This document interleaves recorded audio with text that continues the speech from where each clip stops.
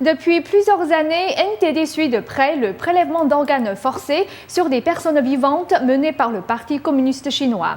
Selon ce dernier, la majorité des organes proviennent des condamnés à mort. Le 4 août, la sécurité publique chinoise a déclaré aux médias qu'elle avait démantelé une organisation criminelle trafiquant des organes humains et avait sauvé 127 prisonniers. Cette nouvelle a indirectement confirmé l'existence d'un marché de transplantation d'organes en Chine à l'échelle nationale. La sécurité publique chinoise a annoncé le démantèlement d'une organisation des intermédiaires noirs spécialisée dans le trafic d'organes humains.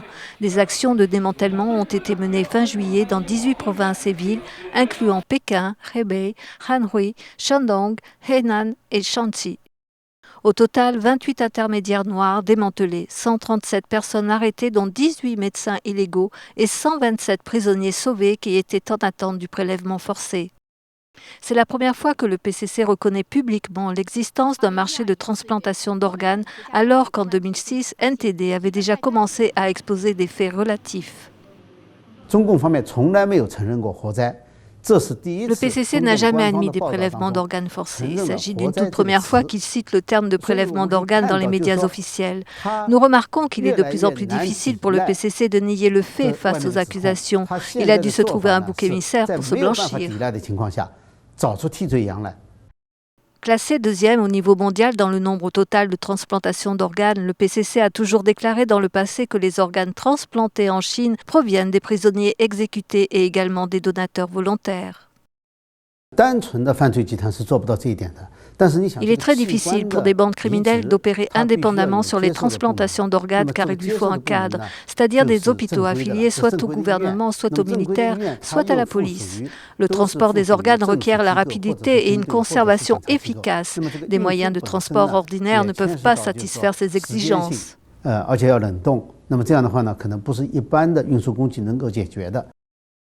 Renghe souligne que la communauté internationale confirme de plus en plus la probabilité que la source principale des greffes d'organes en Chine provient des pratiquants de Falun Gong.